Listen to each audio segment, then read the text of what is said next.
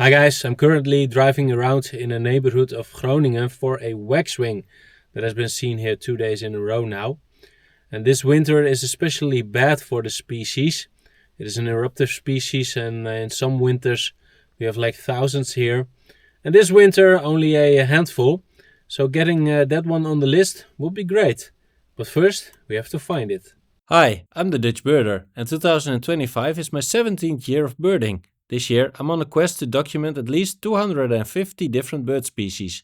Join me on my quest through wetlands and forest of the small European country called the Netherlands. My plan was to get out of the car and walk around in this neighborhood to hopefully hear it and that way locate it. But it has starting to snow, and since I've just recovered from a bad flu, I don't want to get sick again. So for now I'll stay in the car, and when the snow clears, then I'm gonna get out and do a round in the neighborhood.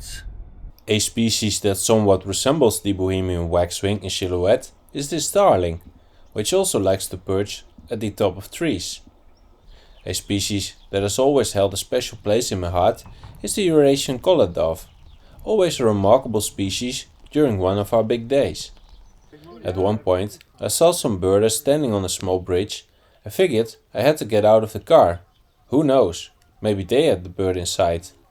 That turned out not to be the case, but there were quite a few other birds around, including a small group of tree sparrows, a species that has become rather scarce nowadays and is no longer commonly found in every neighborhood. The birds were constantly flying back and forth over the small ditch to a feeding silo.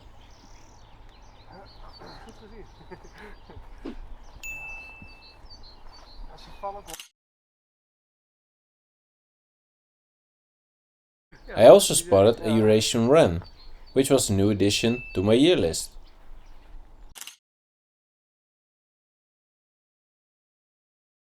Another striking species was this common reed bunting among all the other birds, not an everyday sight in a residential area either. Unfortunately, there were no waxwings here, so we decided to split up and thoroughly search the neighborhood on foot. The only notable sighting was a field fare feasting on the available berries. Sadly, we dipped on the waxwing. There were a lot of other birds also searching, but no one heard it or saw it, so that is probably gone.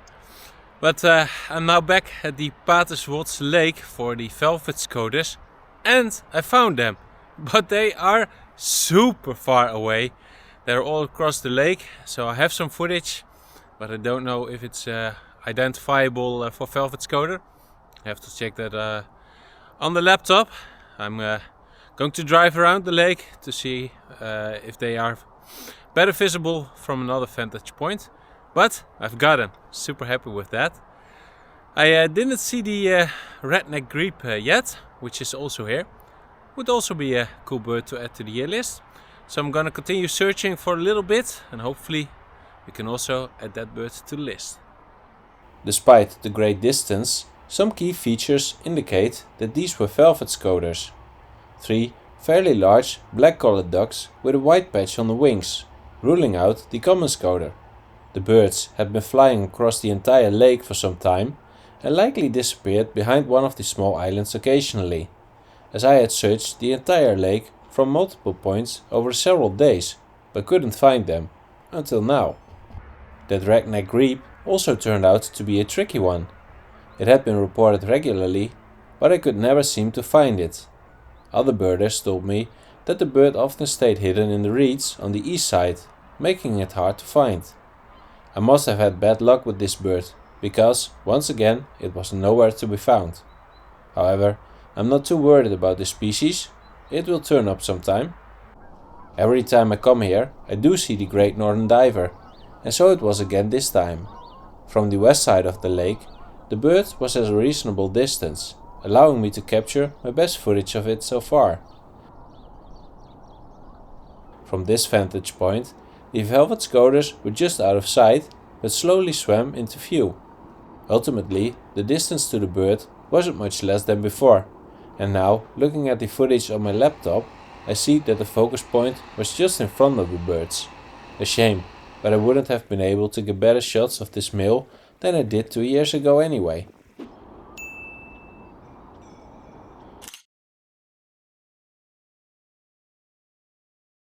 I'm about to pick up Willem from the bus stop, so we can try some species together.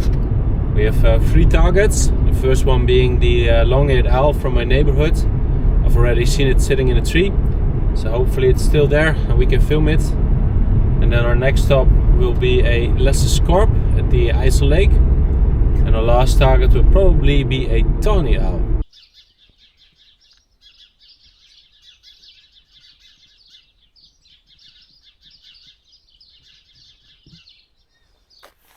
Nice! We got the long-eared owls. There are 2 birds sitting together here in a tree. So finally got the long-eared owls next to my house. For years, a group of long-eared owls had been roosting in the same street. A few years ago, there were still 11 birds, but the group had shrunk significantly. 2 years ago, I often spotted them easily sitting in a conifer during my walks. In the twilight, the bird would sometimes call from that tree. Now the conifer has been removed, so I wasn't sure if they were still around. Last year, on January 1st, I saw one sitting in the tree, but never again after that. So I messaged fellow birder Sid Mulder, who lives in my neighborhood, to ask if he knew anything. He had a tip. Thanks, Sid. Next, we had to drive an hour to the IJsselmeer coast. A lesser scaup had been reported near Laaksum, and while driving along the dike, we could already see that this was indeed a great spot to scan the lake.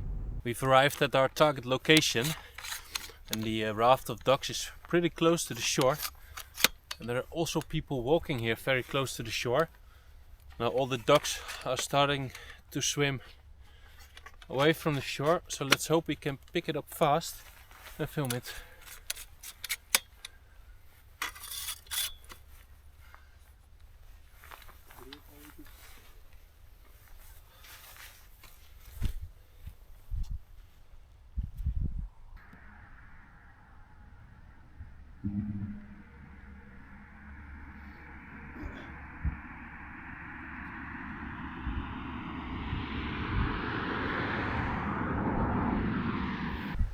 Mostly tufted ducks, common pochards,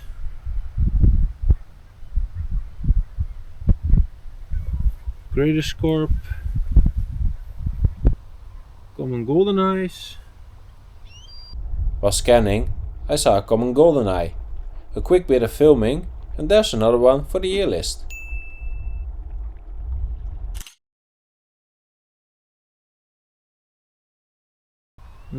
Got something interesting here. Oh yeah.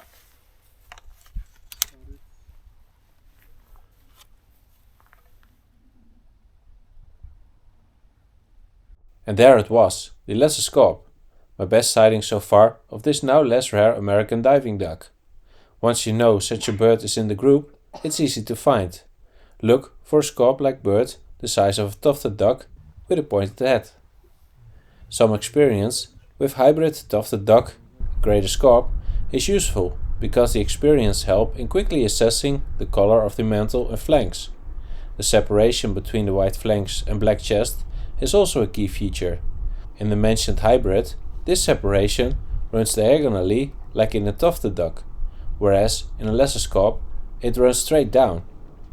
However, to be completely certain of a lesser scaup, more details are needed, such as ruling out the rarer hybrids lesser scaup, greater scaup and lesser scaup, tufted duck. The color distribution on the bill tip and the amount of white on the primary feathers are important for this.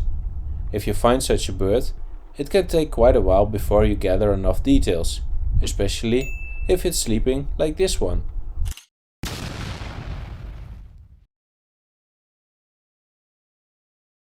We are now walking in the forest in search of a heart-shaped hole in a beech tree, because in that hole supposedly a tawny owl should be roosting. The tawny owl is truly the generalist among owls.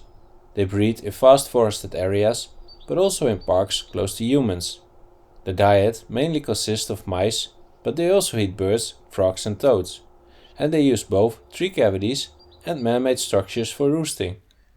If there is a shortage of mice, they hunt more birds, mainly sparrows and finches. A roosting site can be used for many consecutive years. Even though these roosting spots are often well known to people, with passers-by walking by or observing them daily, this does not usually cause the owls to move. This particular owl had chosen a strategic spot at the edge of an estate, with a wide stretch of water separating the viewing location from its roost. Tiny owls breed early in the year, and if the trees haven't yet leafed out, you might see a brancher. A brancher is a young owl that has already left the nest and moves through the trees by climbing from branch to branch. With tiny owls, only the female incubates the eggs, so the male often remains at his roosting site even during the breeding season. Tiny owls are dominant among owls, which is bad news for smaller species like little owls, Eurasian pygmy owls, and Tengram's owls, which are aggressively chased away or even preyed upon.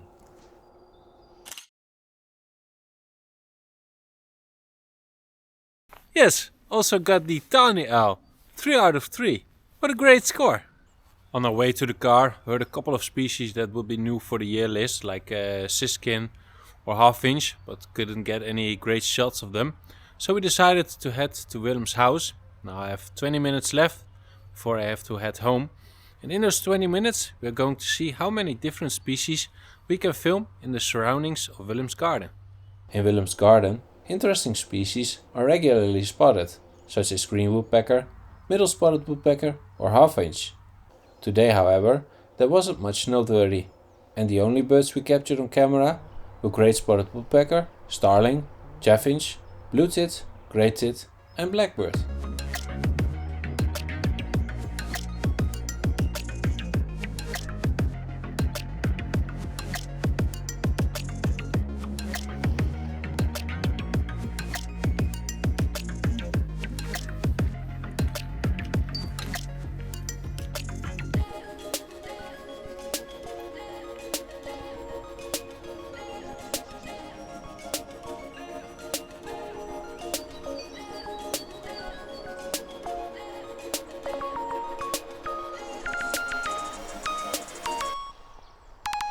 So, my time is up. Didn't get as many species as I would have thought, but it was a fun exercise. I hope I see you next time. Make sure to subscribe and also hit the like button. See you then.